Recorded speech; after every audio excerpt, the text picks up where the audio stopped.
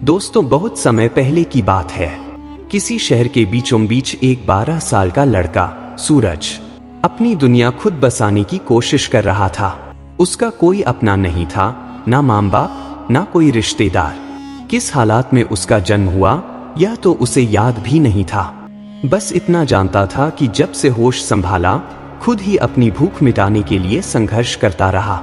सूरज का ठिकाना कभी पान की दुकान के सामने पड़ा बोरा होता, तो कभी किसी दुकान के शटर के नीचे की थोड़ी सी जगह। जब जहां जगह मिलती वहीं सो जाता। ठंड के दिनों में वो अखबार और बोरी को कंबल बना लेता और गर्मी में किसी पेड़ की छाव ही उसका घर बन जाती। हर सुबह जब बाकी बच्चे अपने अपने घरों से नाश्ता करके स्कूल के लिए निकलते, सूरज भी जागता था। लेकिन उसका स्कूल किताबों का नहीं बल्कि जिंदगी के अनुभवों का था। वो उठते ही पहले अपना छोटा सा झोला संभालता जिसमें कुछ चावलों से बने पापड़ होते। फिर वो सोचता कि आज कहाँ जाकर इन्हें बेचे ताकि उसकी पेट की आग बुझ सके। सूरज चावलों से बने कुरकुरे पापड़ बेचता था। ये पापड़ उसे एक बूढ़े बाबा से मिलते थे जो रोज सुबह उसे कुछ पापड़ उधार दे देते थे और शाम को बिक्री के पैसे ले लेते थे। जितने पापड़ बेचता उतना ही उसका कमीशन होता। कभी कभी उसके सारे पापड़ बिक जाते तो वो 2 वक्त का खाना खा पाता, किसी ठेले से बचा हुआ खाना या फिर किसी ढाबे वाले की दया। लेकिन कई बार ऐसा भी होता कि एक भी पापड़ नहीं बिकता और उसे खुद वही खाकर भूख मिटानी पड़ती। शाम ढलने पर जब थकान हड्डियों में घर कर जाती तो वो फुटपाथ पर किसी कोने में सिकुड़ कर सो जाता। उसकी पूरी दुनिया वही थी, सड़कें, दुकानें और वो पापड़ जिनसे उसकी जिंदगी चल रही थी। लेकिन सूरज का दिल कभी किसी को दोष नहीं देता था। उसने अपनी हालत को अपनी तकदीर मान लिया था, लेकिन अपनी सोच को कभी गरीब नहीं बनाया। जब वो स्कूल के सामने खड़ा होकर देखता कि बच्चे साफ सुथरे कपड़े पहनकर क्लास में जा रहे हैं, तो उसके मन में कोई हीन भावना नहीं आती। वो सोचता, अगर भगवान ने मुझे ये जिंदगी दी है तो इसे बेहतर बनाना मेरे हाथ में है। सूरज यह सोचकर आगे बढ़ता, लेकिन उसकी राहें आसान नहीं थी। शहर की भीड़ में हर कोई अपनी जिंदगी में व्यस्त था, लेकिन उसके लिए हर नया दिन एक नई चुनौती लेकर आता। सुबह होते ही वो अपने पापड़ का झोला संभालता और निकल पड़ता। कभी बस स्टैंड, कभी बाजार और कभी स्कूल के सामने। शहर के एक बड़े स्कूल के सामने सूरज अक्सर अपने पापड़ बेचने खड़ा होता। वहां बच्चों की चहल पहल देखकर उसे अच्छा लगता। वो देखता कि कैसे बच्चे हंसते खिलते बेफिक्री से स्कूल में दाखिल होते। उनकी रंग बिरंगी यूनिफॉर्म चमकती थी, उनकी पीठ पर नए बैग होते और हाथों में किताबें। कभी कभी बच्चे उसकी तरफ देखते, कुछ हंसकर चले जाते तो कुछ उसे हैरानी से देखते। एक दिन एक बच्चा उसके पास आया और बोला, तू स्कूल क्यों नहीं जाता? सूरज हल्की मुस्कान के साथ बोला, मेरी क्लास तो ये सड़कें हैं और मेरी किताबें मेरे ये पापड़। बच्चे ने सिर हिलाया और अंदर चला गया, लेकिन सूरज के दिल में कहीं एक टीस उठी। क्या होता अगर उसके पास भी कोई होता जो उसे स्कूल भेजता? क्या होता अगर वो भी किताबों में अपना नाम लिख पाता? लेकिन फिर उसने सिर झटका और खुद को समझाया, मेरे पास जो है वही मेरी तालीम है। स्कूल से निकलकर वो मंदिर के सामने आ जाता जहां लोग श्रद्धा से पूजा करने आते थे। लेकिन वहां कुछ ऐसे भी लोग थे जो हर दिन मंदिर के बाहर भीख मांगते थे। ये देखकर सूरज के मन में अजीब सी कशमकश होती। वो सोचता, ये लोग अच्छे खासे हैं फिर भी हाथ फैलाते हैं।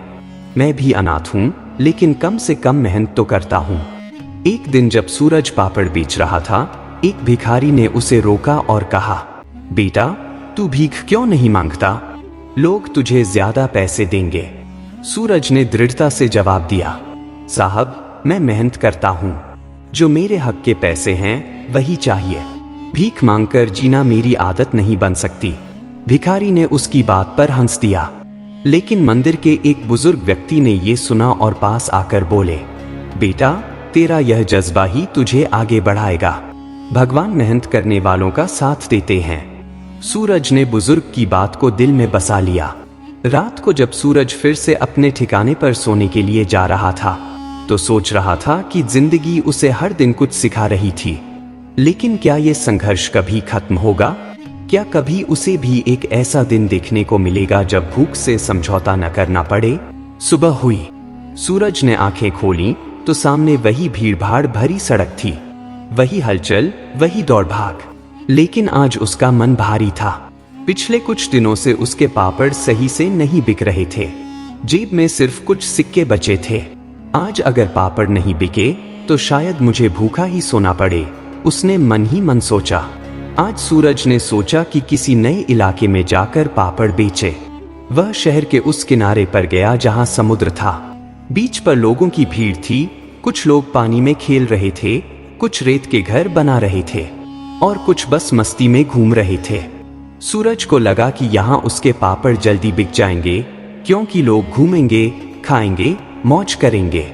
लेकिन कुछ घंटों तक इधर उधर घूमने के बाद भी किसी ने एक भी पापड़ नहीं खरीदा। इतने सारे लोग हैं, फिर भी कोई मेरे पापड़ नहीं खरीद रहा, उसने मायूसी से सोचा। वह धीरे धीरे चलते हुए समुद्र के किनारे बैठ गया।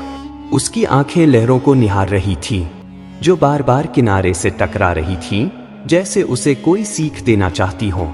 सूरज गहरी सोच में डूबा था कि तभी एक अधेड़ उम्र का व्यक्ति सफेद कुर्ता पायजामा पहने हुए उसकी तरफ बढ़ा।